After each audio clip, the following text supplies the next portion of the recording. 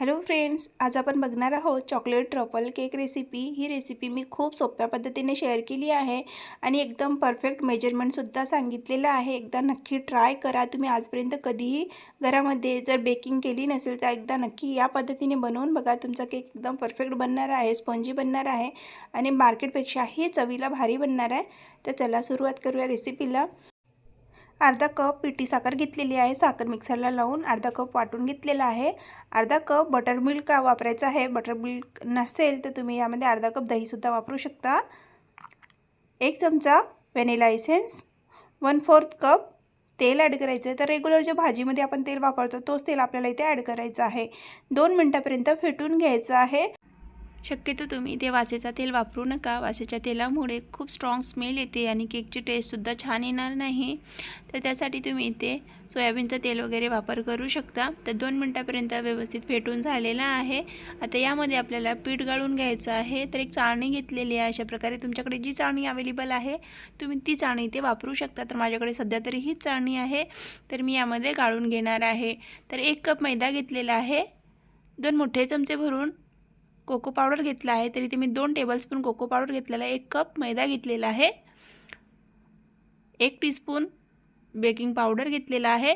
Half teaspoon baking सोडा घेतलेला आहे। तर तुमच्याकडे हे मेजरमेंट कप वगैरे नसेल तर तुम्ही एखादी घरचा कपाचा तुम्ही अंदाजा घेऊ शकता। एखाद्या पोहे खाण्याच्या चमचा सुद्धा मेजरमेंट घेऊ शकता। तर इथे मी पूर्ण गाळून घेतलेला आहे।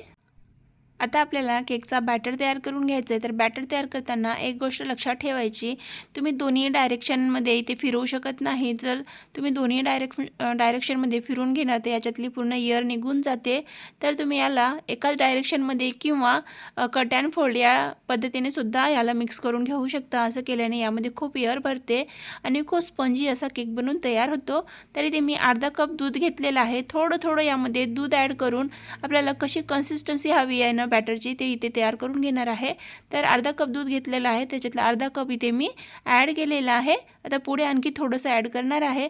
तर जेवढं बाकी राहिलेलं दूध होतं ते पूर्ण यामध्ये मी ॲड करून घेतलेलं आहे। 2 वेळेमध्ये थोडं अर्ध करून अर्धा कप दूध यामध्ये मिक्स करून घेतलेलं आहे आणि छान असा थिक बॅटर तयार करून घेतलेला आहे। खूप जास्त बॅटर पातळ करायचं नाही आहे।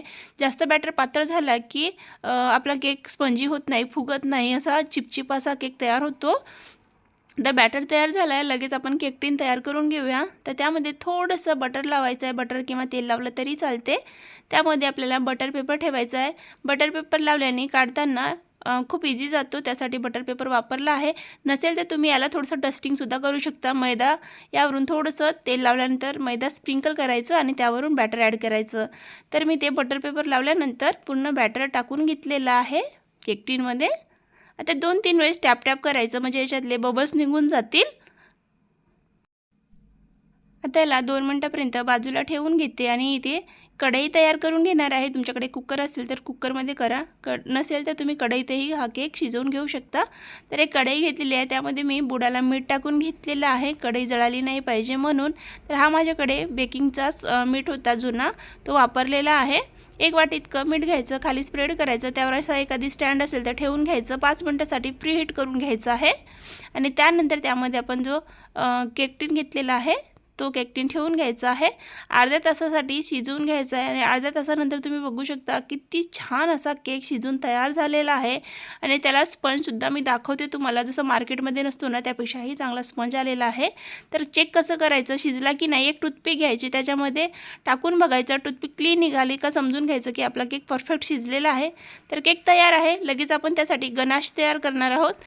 तर आता गनाश कसा तयार करायचा हा प्रश्न पडला असेल तर तुम्ही एक पातेलं घ्या, त्यामध्ये थोडंसं पाणी गरम करून घ्या, त्यावर एक पातेलं ठेवा किंवा एखादी बाउल ठेवा। त्यामध्ये आपल्याला ॲड करून घ्यायचा आहे 1 cup dark compound chocolate add करायची आहे, अर्धा कप आपल्याला व्हिप क्रीम ॲड करायची आहे, 2 मोठे चमचे भरून बटर ॲड करायचं आहे। जोपर्यंत चॉकलेट पूर्णपणे विरघळत नाही तोपर्यंत आपल्याला हा गनाश मिक्स करून घ्यायचा आहे। गॅस बंद करायचा, पाणी गरम असल्यामुळे गनाश ऑटोमॅटिक बनतो। आधी पाण्याला पूर्णपणे उकळी आल्यानंतर गॅस ऑफ करा आणि 2-3 मिनिटापर्यंत जोपर्यंत पूर्ण चॉकलेट विरघळत नाही तोपर्यंत विरघळून घ्या। तरी ते गनाश बनवून तयार झाला आहे। लगेच आपण शुगर सिरप बनवून घेऊया। त्यासाठी एका छोट्या वाटीमध्ये 2 मोठे चमचे भरून साखर ॲड केली आहे। मी इथे साखरचा पावडर घेतलेला आहे, तुम्ही साखर घ्या, पावडर घ्या, कोणतेही घेतलं तरी एकच आहे। 2 चमचे पाणी ॲड केलेलं आहे. पूर्णपणे विरघळून बाजूला ठेवून घेते. तर आता आपल्याला केक डिमोल्ड करून घ्यायचा आहे. तर माझ्याकडे एक अशी डाईस होती, तर त्यावर मी हा केक काढून घेणार आहे. तर आधी सगळ्यात आधी आपल्याला चाकूने त्याचे कॉर्नर पूर्ण काढून घ्यायचे आहेत, जे चिपकलेले असतात ते.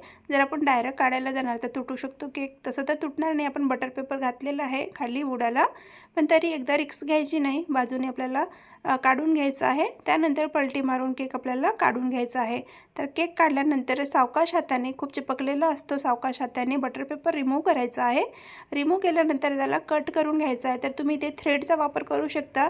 तुमच्याकडे रीळ असेल तर रीळचा वापर करा, नक्कीच वापर करा. मी चाकूचा वापर केल्यामुळे थोडंसं माझी कटिंग इथे बिघडली आहे, कारण मी नेहमी धाग्याचा वापरते, धाग्याचा वापर करते, पण आज मी चाकूनेच कट केलं, पण थोडंसं बिघडलं, तरी मला व्यवस्थित जमलं, त्यामुळे मी त्याला फिक्स केलं आहे. पण तुम्ही जर फर्स्ट टाईम बनवत असाल तर तुम्ही तसं करू नका, इथे धाग्याचा वापर करा. मी नेक्स्ट व्हिडिओमध्ये तुम्हाला केक कसं कट करायचं धाग्याने ते सुद्धा दाखवणार आहे. तर इथे मी 2 याच्यामध्ये कट करून घेतलेलं आहे. माझं मन भरलं नाही म्हणून मी परत एकदा याला तिसऱ्यासुद्धा लेअरमध्ये कट करून घेतलेला आहे. जो आपण शुगर सिरप बनवलेला आहे तो त्यावरून स्प्रेड करायचा आहे. त्यानंतर आपल्याला गनाश ॲड करायचा आहे. तर तुम्ही आवडीप्रमाणे कमी जास्त इथे करू शकता. मी व्हिडिओसाठी बनवत आहे, त्यासाठी मी थोडंसं गनाश इथे कमी वापरलेलं आहे.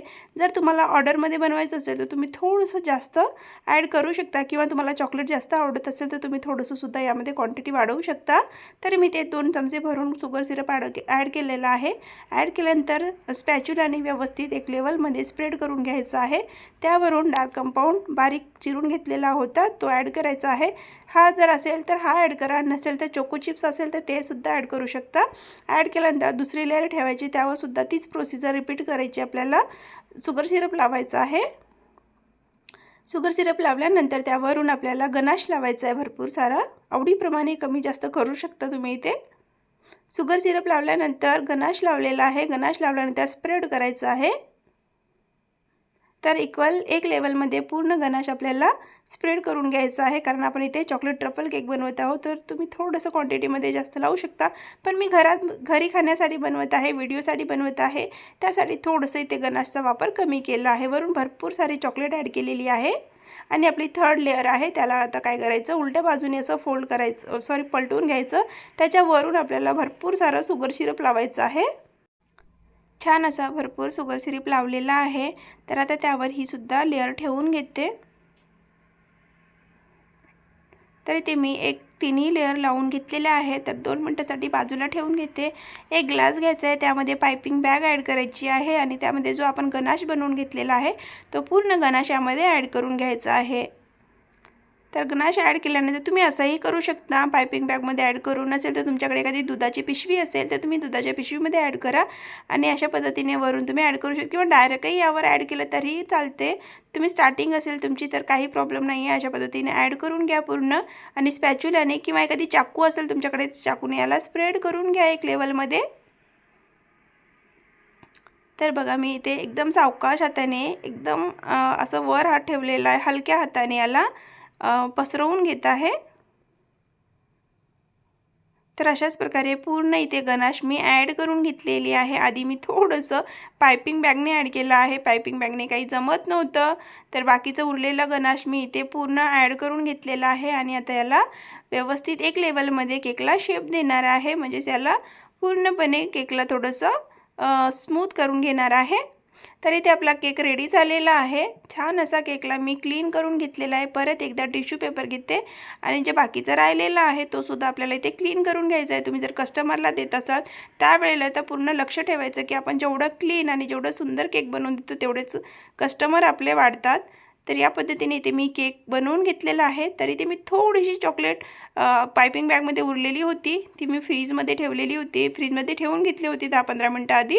तर ते थोडीशी घट्ट झाली आणि ते जे उरलेली होती त्याचीच मी थोडीशी इथे डिझाईनसुद्धा काढून दाखवलेली आहे. मी जास्त डिझाईन यासाठी नाही काढलं आहे, घरगुती केक बनवत आहे, घरात खायचं आहे, तर म्हणून मी थोडंसं इथे जास्त वापर केलेला नाही आहे. गनाशचा थोडंसं कमी असल्यामुळे एक साईडच मी डिझाईन काढू शकले, दुसऱ्या साईडनं नाही काढू शकले. पण मी नेक्स्ट केकमध्ये तुम्हाला पूर्णपणे डिझाईन काढून दाखवणार आहे. तर अशाच प्रकारे एक simple cake, chocolate truffle cake मी घरगुती तुम्हाला बनवून दाखवलेला आहे. जर घरात लहान मुलांचे बड्डे असतील तर तुम्ही बाहेरून 5-6 केक आणण्याऐवजी तुम्ही घरामध्ये बनवा. अगदी 50 ते 60 रुपयामध्ये हा केक बनवून तयार होतो.